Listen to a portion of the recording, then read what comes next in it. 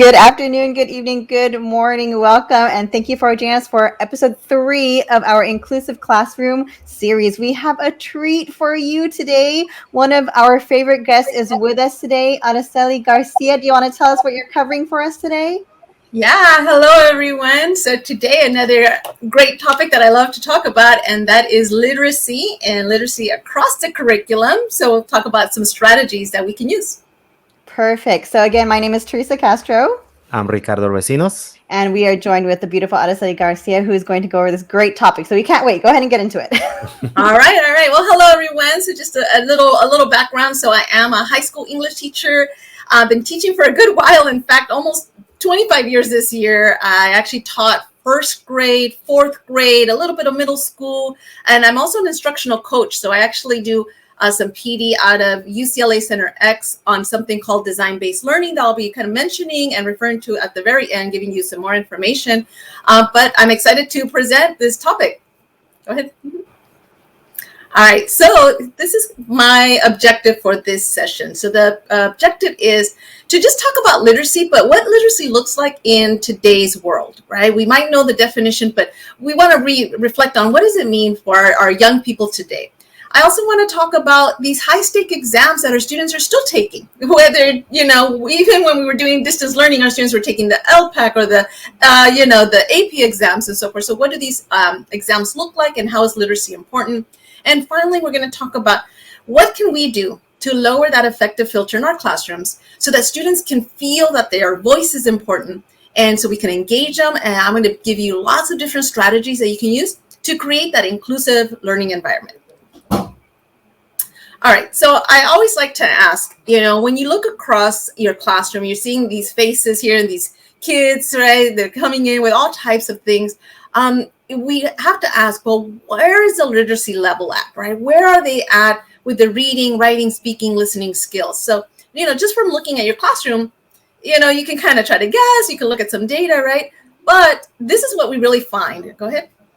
What you find is that our students are very diverse. Again, you have kids who are dealing with all types of things, processing delays, anxiety, even more so now. I don't know if all of you are seeing it or feeling it out there, but a lot of times television shows high school classes as being loud and rambunctious and right.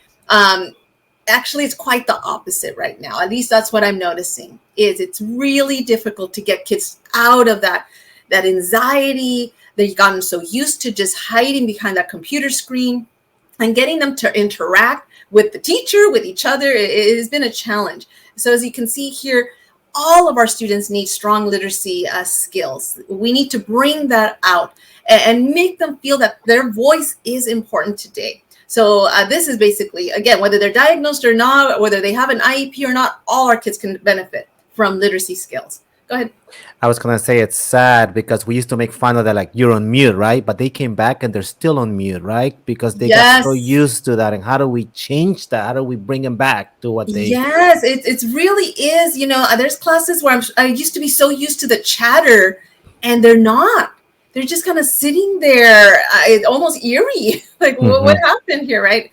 All right. So we've seen this. We know about this. We know that there's a difference between equity and equality, and that we shouldn't be just giving the same assignment to all of our students and expecting the same outcome, because they're coming in with so many different needs. And so really the word of the day is personalizing some of that instruction, personalizing it.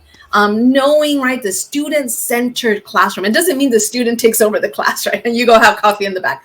It means that you are aware of who your students are and what they need. And so we're going to talk about how to make this manageable, right, because we also want to make sure we stay sane and we can manage the workload. So go ahead. So, just to emphasize, being fair doesn't mean I'm going to give everyone the same thing. Right? This kid over here might need to cut down on the assignment. This kid over here, they might need to speak it out. This kid over here, they can write and they want to write. Right? And I'm going to give a variety of options for my students to get to those literacy skills. Go ahead. All right. So I'd like to begin first with telling a little story. So a little narrative of a class that I was able to teach a couple years ago. And so just a little background. The school that I was teaching at that time implemented a schedule called the 4x4 schedule. I don't know if you all remember when Workman went to 4x4. And basically what it means is that kids were sitting in 90-minute classes, but they were only taking 4 classes actually, a semester. And they were doing all of the semester's work in a very condensed fashion. For some students, was great, kind of like a college class, right? But for other students, this was not ideal. And so they failed their English course. And we all know English is a graduation requirement, right? And so I asked my principal, what if I took these kids to second semesters? These kids came from other teachers. And I said, I love a challenge. give me these kids. And I want to try what I use in my classroom, which is some design-based learning. And so this is my breakdown here. As you can see, students with some special needs. We had English learners, all types. And the biggest issue was they were just unmotivated, just unengaged, which might be similar to what we're encountering right now. A lot of kids just unmotivated. Go ahead. So I had kids who, again, mind you, I teach high school. And if you take a look at this is where my students were at. Not all of them, of course, but some of our tough kids, right? So I love this kid, right, Jesus? He struggled with writing. He didn't like to write. As you can see here, he was an 11th grader. And this is a type of writing I was getting from him, if anything, right? And so, but love this kid. He was vibrant. Man, could he talk. And can he rap? This kid would come up with songs on the spot. It's like, whoa, talent. And I wanted to bring that out. Go ahead. So, I did my thing, all kinds of strategies, got him to feel comfortable in my class. I still remember that one time he just started rapping and I said, Jesus. He's like, right away he apologized. Oh, I'm sorry, miss. I'm sorry. I'm like, did you just come up with that right now? He's like, oh, yeah, right. This kid was literate. This kid had literacy skills. We as a school, though, had kind of dropped the ball in not knowing how to tap into that. And so, with some writing frames and some models, this is what he was able to produce. So later on, he started feeling more comfortable. And if you read that first little paragraph, it's kind of interesting because what I found out by asking, getting to know him, is that he had been diagnosed with MS. And he had missed about a year of school when he was younger and never quite recovered and just went on a downward spiral in school. And so it was hard for him to focus in school. So again, I needed to know these stories. So I knew where he was at. Go ahead. Here's another student I had. So you'll notice my teacher markings here is that I use codes. And, I don't talk about it too much here, but I have a sheet where my students can refer to. So instead of me spending hours writing a comment, you missed a comma here or, subject verb agreement issue, they would just refer to the code. And this kind of guided them along the way, right? And again, no red, right? So I was very aware of, what it feels like to get that paper back. Go ahead. And again, here's her essay now. You see an intro, you see a hook that we use, some basic hook strategies, right? And so giving them, again, the practice. We did this over and over, a lot of different practice for the students, repetition on high interest topics. And I'll mention that later too, but man, we talked about hot Cheetos, right? And we talked about the Takis and we talked about, right? And we got a whole debate going. And so that's what I would tap into.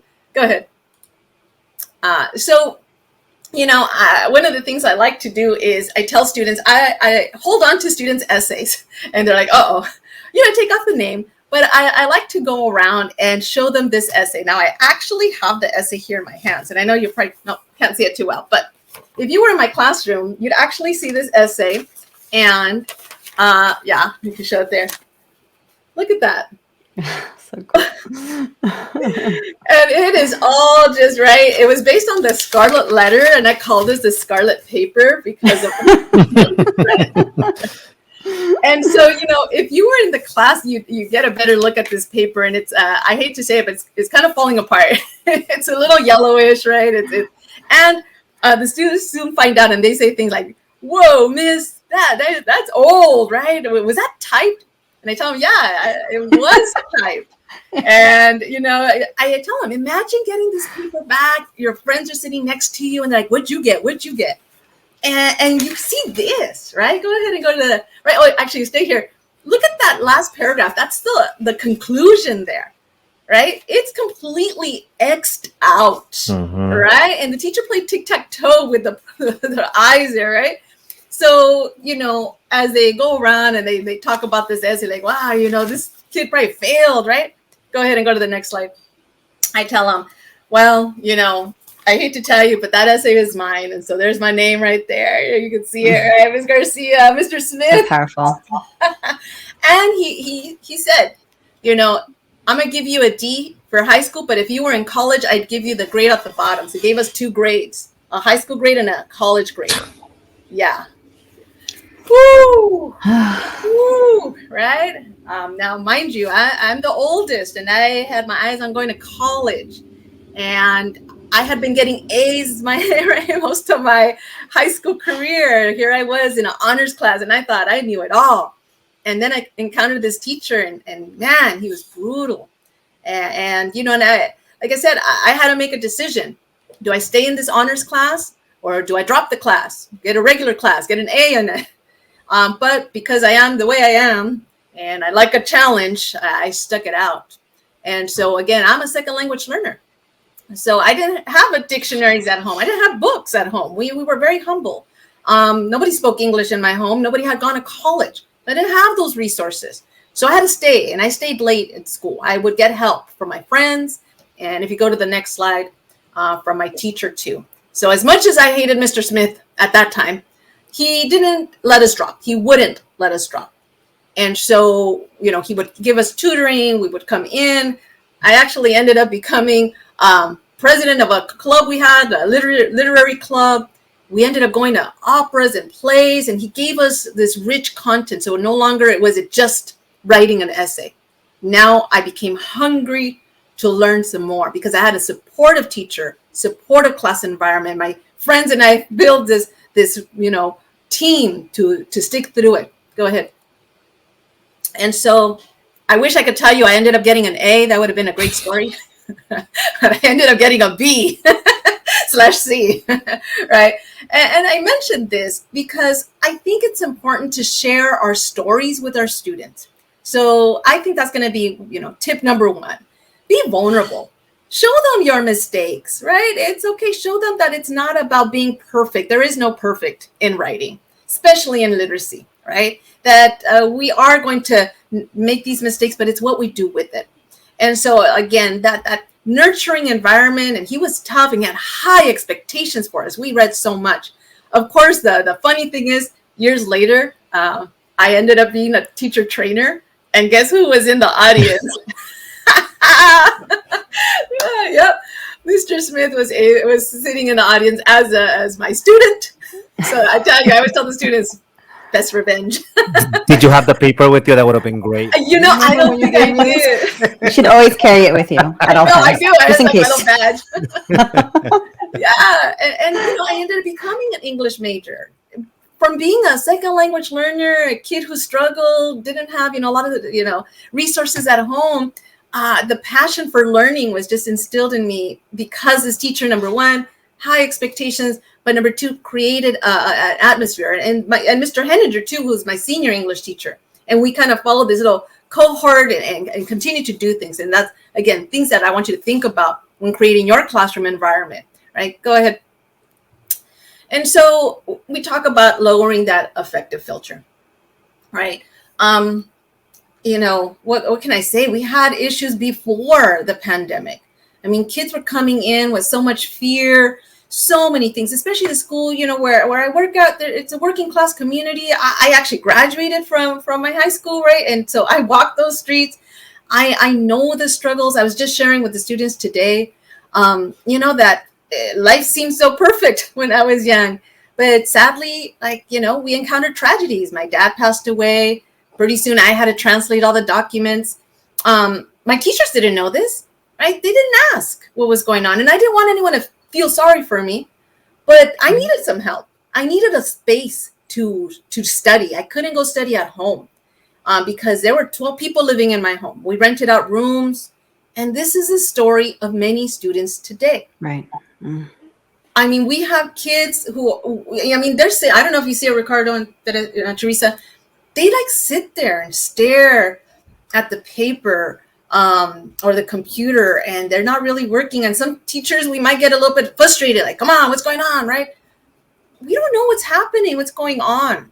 And so I'm going to try different methods, always with love, always with care. Even if the kid comes in late every single day, I'm going to be like that was an instructor at the gym. I'm glad you're here.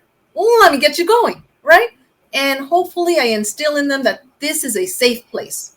I'm not going to get mad at you. I'm not going to use a red pen all over your writing, the first essay that you write, right? Because I haven't done my job. I got to teach you, right? And so I'm going to coach my students into wanting to produce, not try to push them away. And I think that's more important today than ever before.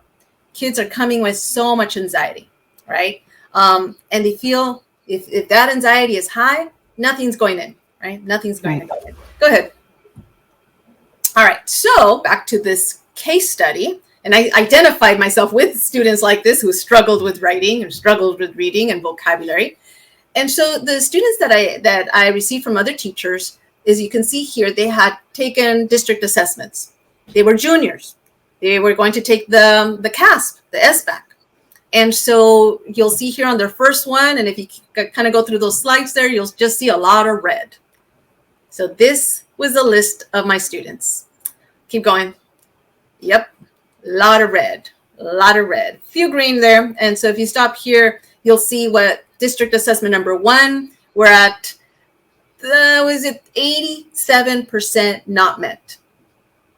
And district assessment number 2, 60% not met, right? And again, these are my juniors. Go ahead.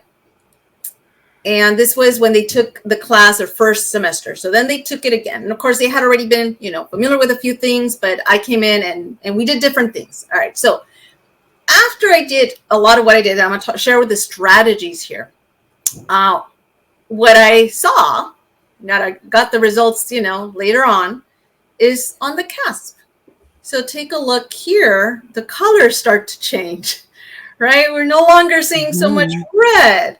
And yep, so there they are, right? So this is now the official SBAC. Go ahead and next slide. Yeah, we still have some kids who struggle, but overall, I saw a huge jump.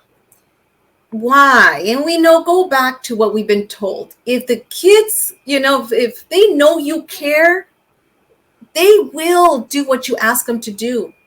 Right? Even the toughest of kids, even the ones who seem that they don't care, that they don't want to be there, you make that environment safe for them, they will produce. And this is what happened. Notice even some 4s there. Because at that time I was teaching AP Lit, this kid who was a junior who had failed, a number of them joined me the next year to take AP Literature.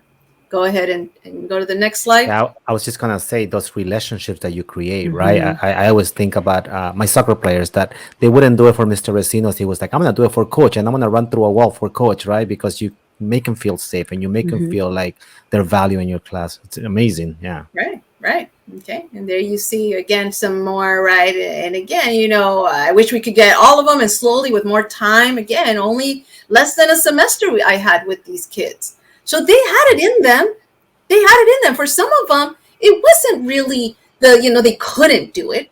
For some of them, they didn't want to do it, right? Why am I going to take this test for you? There's nothing in it for me, right? Right. And so I had to remind them why education was important. And remember, for many of us who come from working class families, where working and getting a job is important, right? It is number 1. And sometimes we got to come in as teachers and say, yes, you want to get that job. Yes, you want to help your family. But you know what? You can also help them even more if you get an education. And that's the message I send to my students all of the time. Go ahead. Yeah, a lot of green there, right? Very proud of these kids. I'm sure I threw them a pizza party. This is like later. And of course, very proud and always celebrating everything, that they do. In fact, when I talk to teachers, I tell them, you got to know your audience. And I'm a big kid, you know, and so one of the things that I think I mentioned at the last workshop is I get a class DJ. You know, we get down a list of songs, and I start creating that environment from day one. What kind of music you into, right? And I watch all the sports because I have, you know, my own kids. I have, you know, boys here, and I have my little girl, and so I'm all over. I call it, I need to know my market. So you come in, I'll talk to you about the Dodger game. I'll talk about the Raider game. I'll talk about the soccer game. Yeah, I love it, right? I'll talk about, like I said, Kendrick Lamar and Billie Eilish. I am a spy in the world of teenagers, right? I am going to like, what are we into? What, right? Because I need to know what's going to hook them in, right? And so I think that's what we need to do. That's another part, building that relationship, right? Go ahead. So just a little bit more there. Okay, so go ahead. And so, you know, question that we should ask ourselves is, are students of today reading? Are they reading more or are they reading less, right? A lot of parents, a lot of adults, I hear them complain about, oh, this generation, right? All they do is watch TikTok. All they do, they just play video games, right? Or, you know, are they writing more today? No, they don't write. They just text message, right? Well, actually, that is literacy. Right. They can figure out these memes that are abstract and get them, and they're laughing, right? And I'm looking like, what in the world are you? It's a cat, right? At dinner, I don't know, right? They have this literacy skill. However, school hasn't quite caught on to what literacy is of today, right? Go ahead. Oh, sorry. Yeah. And so, you know, we have the traditional definition of literacy, right? The ability to read and write. Yeah, okay, yeah. But read and write what? It also means basic skills and knowledge on all types of literacy. Go ahead and go to the next one. So what is all types of literacy? Let's take a look here, right? So yes, we have informational literacy, scientific, financial, cultural literacy. Isn't that really important nowadays? Understanding people who are not like us sometimes, right? Media literacy, digital, critical literacy. So, you know, and I might sound kind of harsh here, but I'm going to say it because I have to say it. If we're coming back into the classroom after, you know, distance learning and still using the same worksheets, still using the same books and not changing it up a little bit, not seeing, our kids are coming in after a real revolution, right? I mean, they've seen so much. We need to change with the times, right? We can't expect them to do the same thing they were doing before, right? We need to, again, adapt so that we're relevant to their lives, right? And we can hook them in, and that's what's going to make a difference. Go ahead. So, you know, some research here. What is it that teenagers are reading? And I'm just going to read a little bit here because I think it's just so important, right? Teenagers' lives are filled with writing. They write for school, but look at that statistic. 93% of teens say they are writing for their own pleasure. I'll never forget walking across the campus, and there's this kid, this young man, and he's sitting on the bench, and he has his little journal out. I'm like, hey, what are you writing? He's like, oh, I like to write songs. You know, yeah, he won't write the journal that I gave about what'd you do last weekend, right? He doesn't want to write about that. So I'm like, I need to tap into that, right? Most notably, a vast majority of teens have eagerly embraced writing communication with peers and messagings, right? So we as adults don't value that, but it is forms of communication. Go ahead. All right, so what? Take a look at all the things kids are writing. They're constantly writing. We might not like what they write, but they are writing. Instagram posts. Kids are blogging. They're creating their own videos. That takes planning, as both of you are aware. Yeah. It takes a lot. Absolutely. Thinking, critical skills, right? Pacing. I mean, everything you want to do in good writing.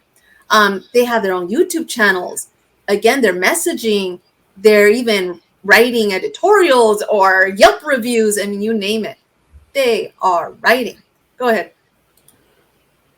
And so, as we see the title here, they are motivated to write when it's relevant to them. Now, I know we have to adhere to some of the curriculum, right? To the adopted textbooks, to our pacing calendars. Yeah, well, I'm still going to do all of that when I've hooked them in first. I'm not going to start with that, right? If I go to the gym and the instructor starts with the heaviest weights, they're not going to see me back, right? I need to go nice and slow. I need to build up. I need to feel good with my little 5-pound weights, right? I'm going to then move up. All right. So again, we're sometimes we get kind of stuck with what we grew up with. I grew up with just writing essays. The research paper, MLA, right? Cite your source, right? The paper, type it up. That's what I grew up with. But our kids don't need just that, right? They need to know how to write the email, how to send an appropriate text message, how to know argument on a YouTube debate, right? And those are the skills that we should be teaching, right? Go ahead. So as we see here, adolescents entering the adult world, 21st century, will read and write more than any other time in human history. Wow. They will need advanced levels of literacy to perform their jobs, run their households, act as citizens, conduct their personal lives. So yes, my mom, my dad, my grandparents, they were able to survive and buy a house and with very little education. That's not the case, as we know. That's not the case nowadays, right? And more so now. Those jobs are going to be high-skilled jobs that our students are going to be going into. Yeah. Go ahead. All right. So what is writing across the curriculum? All right. You're an art teacher. They're writing. They're writing descriptions. They're writing explanation. You're a science teacher. You know they're writing those labs. They need to be concise. They need to be precise, right? Go ahead. And math, right? A lot of parents complain about Common Core math. The students complain, right? It is so connected to literacy. Mm-hmm. You know, it's so rich in vocabulary and in inferences, in, you know, dissecting what is exactly is that question asking. The students now have to write out their explanations. And so it goes hand in hand. English and math teachers should be collaborating, right? And bringing in that research and data and numbers into ELA classes and vice versa, right? Having those, it's a holistic approach to teaching, not departmentalized, but I think we still do that, right? You're now in English class, you're now in history class, you're now in science class, but that's not how, right, we should be. So again, real world writing, college applications and resumes, and again, sending that professional email to follow up on a job. Go ahead. Yeah. And of course, discussion boards. Yes, right. Which I tell the students, you know, most of my college classes later, right, as I work on a master's degree, there were so many discussion boards. And they were like short little research papers in just a little short discussion board. Right? Go ahead. All right. So here's the paradox. And if you click on the image, you'll see there that even though our kids are reading and writing a lot more because they have this device in their hand that's rich with literature and right, their scores continue to be low, right? And then again, you'll see the dates a bit dated there, but take a look at those standards. And if you go to the next slide, I have a little bit more research there. And this is from 2018. We continue to be fairly low in our reading skills, right? ELA skills, literacy skills. 49.8% are at met or exceeded in ELA. And if you look at the math, we're at 38. This was again 2018. Our kids have been out of school, right? What's going to happen? Now we talk a lot about learning loss, and I don't use learning loss, right? Because our students learned a lot. Maybe not how to, fill in bubbles on a test, but they are coming in rich with information and knowledge. We just need to find ways to get them to share that out. Right. Go ahead. And feel free to jump in if you're seeing that out there. I'm going to stay on this one. Yeah. And so, go ahead. No, I was thinking what you said a second ago, and I was thinking about my daughter. My daughter struggles so much in the traditional school, and when we went to distance learning, she actually flourished. It was interesting to see that now her teacher was allowing her to do Flipgrid and was allowing her to do videos and allowing her to do other stuff. And now, instead of still writing her little paragraph that she had to write, she will do the video first, and then you could see her thinking and explaining, and then from that video, she will take it and put it into words, something that she would have never done. And my question has always been, how do we recreate what worked for my daughter in distance learning when we go back to the regular classroom so that she can continue to excel what she was doing while she was at home? How do we bring that back? I think the big danger right now is some students are calling this in-person distance learning. Like, yeah, I have a cart of laptops, so all my students have computers in the class, and they're almost like little robots. They'll come, go straight. I didn't even say go get your computer. They'll go straight to the computer, turn it on, sit down, and right. It reminds me like Wally or something, right? They're just like your program, and I have to stop. Like, no, stop. Let's just talk, right? And I do, and I force them. Really, I do. We have a warm-up discussion question every day, from pineapple on pizza, yes or no, right? To what's your favorite scary movie, and you're gonna talk, and it's very structured. Person A, you're going to talk for 1 minute. Person B, you're going to talk. I don't allow shoulder shrugs, right? I mean, I'm on it, right? And I my goodness, I have my little watch that counts my steps. At least 10,000 a day. At least, I don't stop. And I keep them, and I want them engaged, right? And I always joke with them because I have a picture of Tupac. And when a kid wants to put his head down, right? I say, hey, Tupac says, keep your head up. I tell him, if I can't take a nap, you can't take a nap. But again, why do I bring that up? Because, they can tell that I care for them. I say it. I show it. If I didn't care, I'd let them be on their cell phone. I let them zone out in the back of the room, right? I ignore that kid who doesn't want to do the work. But I can't do that.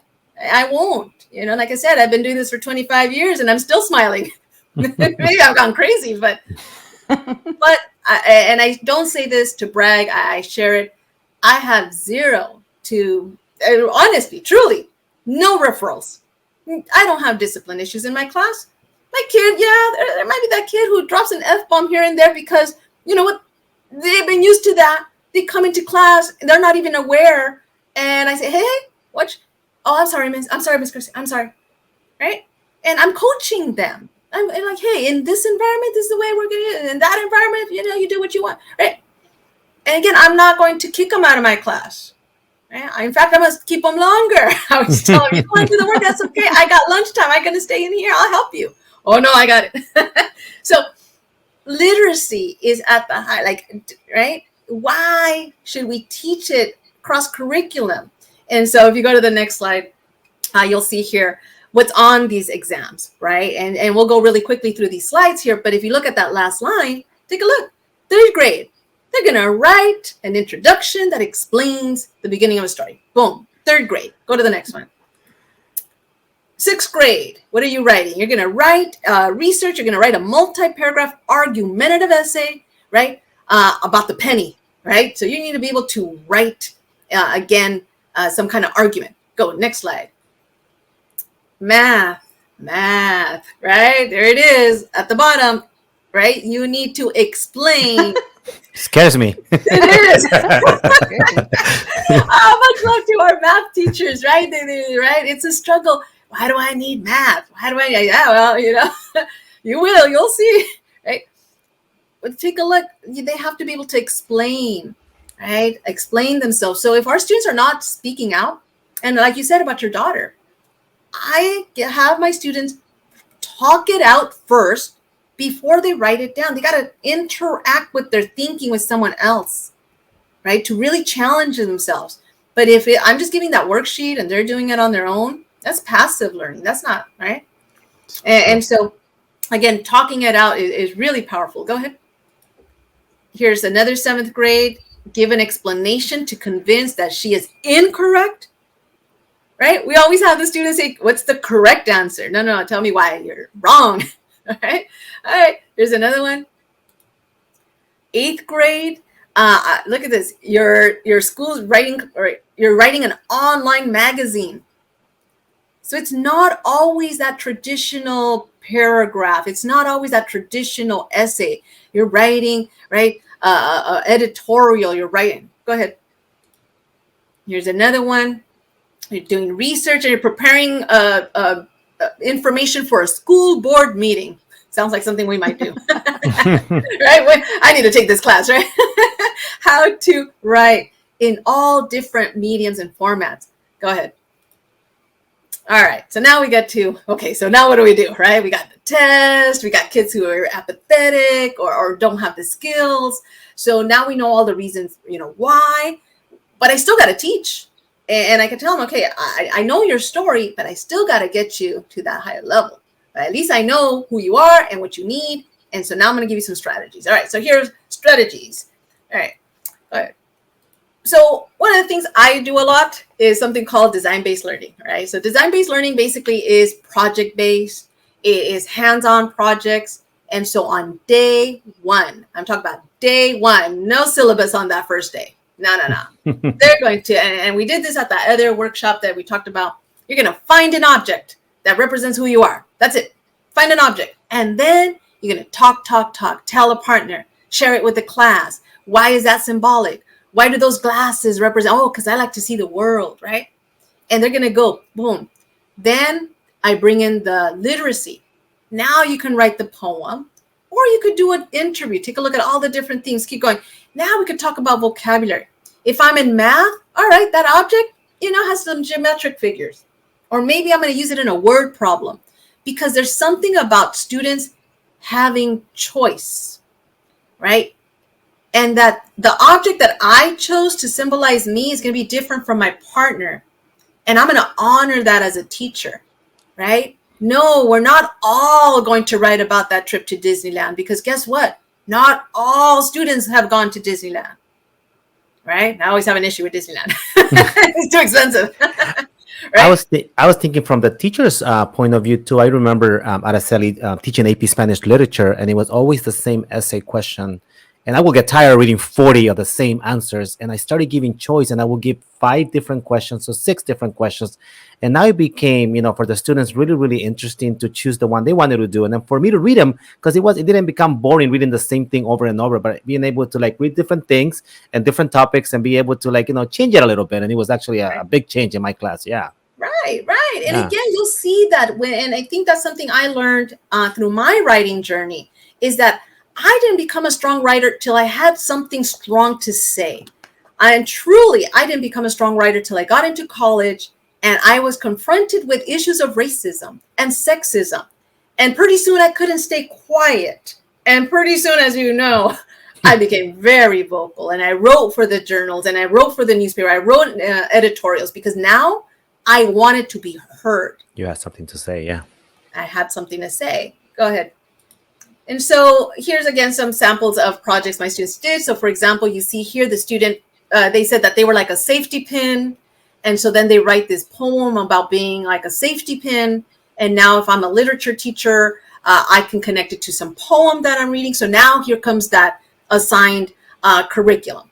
Now here comes the textbooks I'm going to bring out. But first I'm going to start with something the student knows well. Then I'm going to move into, okay, this foreign territory, right? But now it feels safer. That effect, oh, yeah, I know how to write poetry. Oh, here's a poem. Oh, I'm familiar with this. And so it becomes that safe environment for that student. Go ahead. So here's another DBL kind of project. This one is a self-portrait. And if you notice the materials, simple things. Construction paper, right? And I keep telling the teachers, get these kids off the laptops. Get them off the cell phone, get them off the laptop, have them work with even the high school kids. All kids need to just interact in different ways, right? So this is just, again, recycled material, just things from around the house that they could put together to do a little self-portrait, and then they can write about it, right? Go ahead. I teach vocabulary by an object that they made. So this is the creature that they made, and I'm going to give them all kinds of word banks, sentence frames, right? So now the kid is not just saying, my creature is, nice. Now they're going to flourish with that vocabulary because I'm giving them the tools rather than that traditional word, list and memorizing. Now they want to connect it. Go ahead. And another thing that I have them do, so again, there's more examples of different ways. If you do something like design-based learning, you can write college essays based on your creature who wants to go off to UCLA and has to write personal insight questions, which we're in the middle of October right now, and our seniors are writing these, right? And they struggle writing about themselves. But kind of like in the the world of puppetry, right? You have a puppet here, you have this thing, it's safer to write about it, right?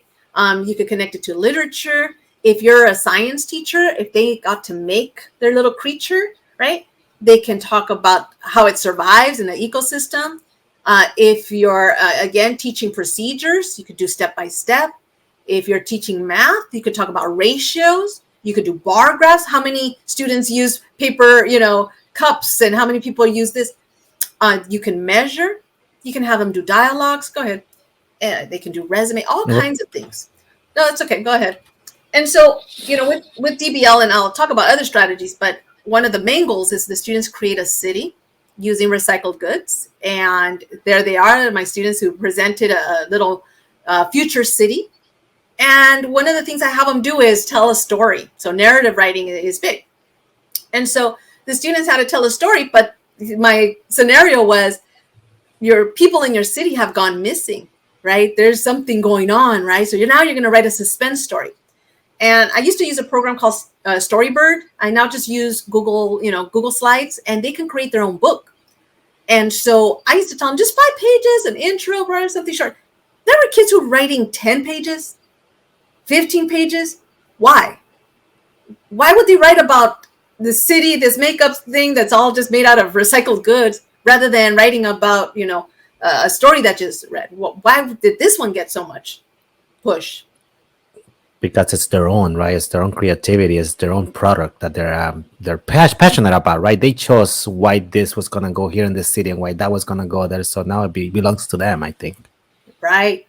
And really talk about a flipped classroom in a different sense, that they are the expert.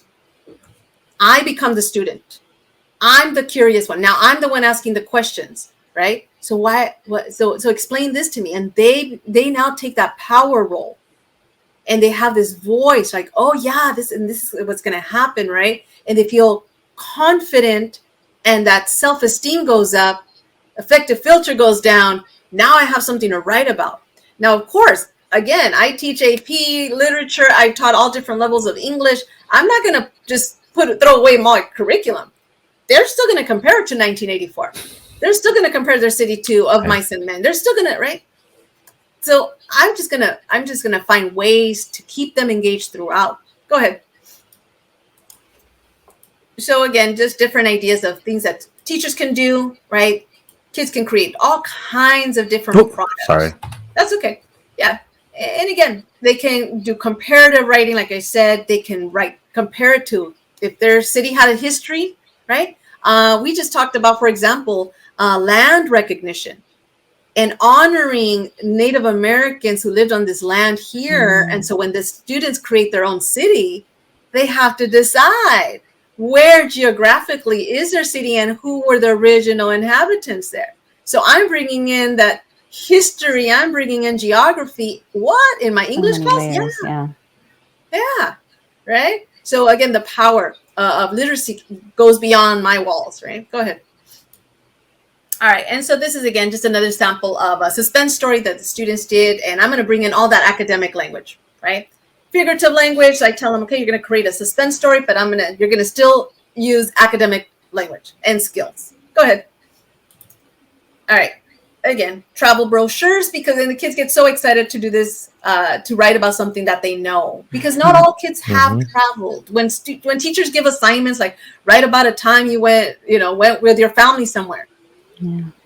Right? We got to think about these questions. I'm always very aware of our students. We have a large population of kids in foster homes, group homes, right? And so I'm going to give a variety of things. And we're just going to have a variety, a buffet, I call it. Go ahead. And so we just did this today. I wanted to include it today. So my students are doing a project. They're getting ready to write blogs on controversial issues. They had to choose a social justice topic based on the play The Crucible. And so, they've been so silent. It's been so hard to get discussion going. So one cool tool, I know you've used it, is Jamboard. So I created this Jamboard, and I don't know if you can see it there, but in the middle, there's a line, right? And they did this physically too. So I have done the 4 corners. They moved to each corner, have a discussion, right? But this one, we did it online. And so they had to answer this question. Should we treat children as adults when it comes to crime? And they're kind of all over the place. So they got to move their little sticky note, right? Go ahead and go to the next slide. And then we had a Socratic Seminar. So I don't know if the audio will play very loudly here. We can try it. Let's see. Yep. Fighting, or like, what if you didn't have parents? You have like an uncle, like, Okay. telling you, or like these things like drugs, guns, like, and treating you bad, like that anger in you builds up, messes you up mentally. And as a kid, because you're a kid, and like when you like grow up. All right. It's okay. We can pause it there. Build up the anger.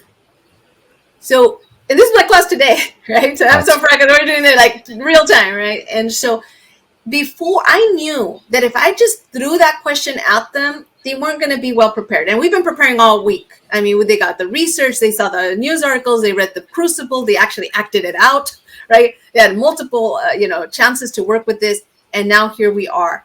And these kids went to town with this topic. And, it was a discussion, not a debate. It wasn't, like I said, a mic drop. Safe environment so that they can really share their thinking and their thoughts. And this young man talking about, broken homes and kids who are coming from these environments and what they really need, right? Go ahead. Fighting. Oh. What if you didn't have parents? Sorry. It's okay. All right. And so Socratic Seminars is powerful in any subject, right? Get them to debate. It's almost natural instinct for kids to argue. So give them that space to argue. Give them the strategies, right? So a couple years ago, this is a note I got from one of my former students who went off to Cal Poly Pomona, and she talks about Socratic Seminars. And it was great. One of the things she said is that she and another student became, what did she call it? Executive Director of Student Discussions. They were appointed by the professor. I think the professor just came up with this title. Kind of like the DJ, right? Yeah.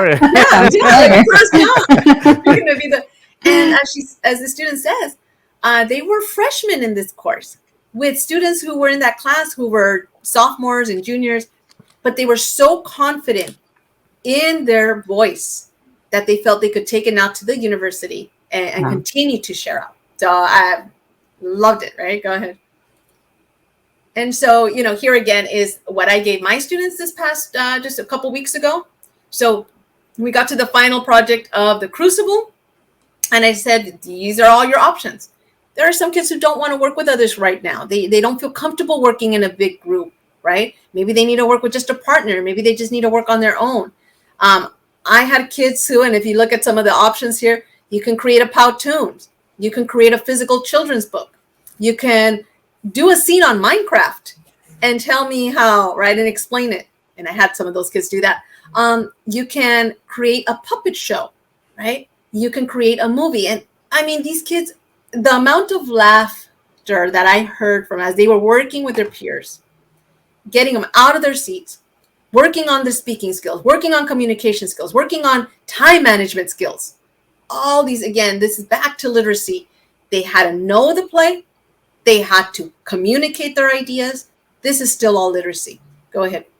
And the choice that you're giving, right? I'm looking at Adobe Sparks. I'm looking at Google Slides. I'm looking at Minecraft. I mean, music. There'll be something for everybody. You're tapping into the kids, what they're into too at the same time. Right. Pretty amazing. Right. And so, instead of just always writing the journal on a sheet of paper or on Google Docs, let's blog, right? And not only are you going to post your initial blog, your post, students are going to comment on it. And your comment needs to be, lengthy, not just I agree or disagree.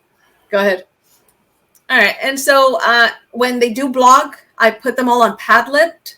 This was when we were doing distance learning. I still do it today, but now, now we have the walls, physical walls, but we can now, they can share, and they're so proud of their web pages because they're so beautiful. They look so professional, especially using Adobe Spark. Beautiful, illustrations and so forth. Go ahead. And so, go back, once, yep. And so the next, another tip is that you don't just give them the assignment and let them flounder, right? You guide them and coach them along the way. If you want them to write that lab report, don't assume they know how to do it. I'm going to coach them. And one of the tools I like to use is Peer Deck. And so here, my students, I gave them a color coding, strategy, and they had to mark it up. And it's so easy because it's in real time. And I'll tell them, so-and-so, can I share I'm going to put it on the screen. Oh, look, everyone. Look at this awesome, beautiful, markings here. Go ahead and go to the next slide. And yeah. Oh, yeah. This saved me last year. This saved me right? And it was great because I could say, and I would tell them and I would say it. I'm going to coach you right here. All right. I'm going to coach you right now. Ready? And I would, sometimes I would use their name. Sometimes just like, hey, don't forget, you need to capitalize this. Oh, hold on. You didn't really state your thesis. It was great. Right. And teachers should still be using this. So this is a great, powerful tool. You can see who's working. You can see who's struggling. Right. And I had a co-pilot. So I had a teacher assistant who could also kind of more eyes. And so again, teacher, right? Distance learning meets real teaching. I'm not just an IT person. I'm in there. I'm coaching them and I'm giving them that support throughout. Go ahead. And so, I talked a lot about DBL. If there's anyone who wants to learn more about it, I just learned so much. I've been doing it for almost 10 years now. I don't think I'll ever go back to teaching in the traditional fashion. My classes are interactive. They're constantly talking and doing things, all kinds of different things to get to that literacy skills that I need them to have. So again, I hope, you got something out of this. I gave a few tips. There's so many more. I could go on forever, but we'll keep it to the minimum here. All right. Thank you all. Thank you so much, Araceli. Oh my goodness. My mind is, filled with so much wonderful things. And not only was it inspiring, but also so validating as teachers and educators as we're trying our best to help these kids who are coming back from distance learning. So thank you so much. I'm so excited to share this information for everyone to try all these strategies in their classroom. So Ricardo, I know I'm talking too much. Go. No, I wanted to mention too that we did have Araceli before when she introduced DBL to us. So we do have the recording. If you want to go back and look in this YouTube channel, you'll be able to find it. Also, I know she mentioned Jamboard and she mentioned different type of technology that we also have done PDs on it. So definitely look in the same playlist where all of these PD sessions are hosted. And Araceli, please do not go far because we know we're going to have you come again because you are so inspiring and again and again and again. And I don't think we will ever learn everything. There's always so much more that you can teach us. So please come back again. And thank you so much. And for everyone else tuning in, thank you so much for tuning in. We will see you again next week, same day, same time. Thank you, everybody. Thank you. Thank you.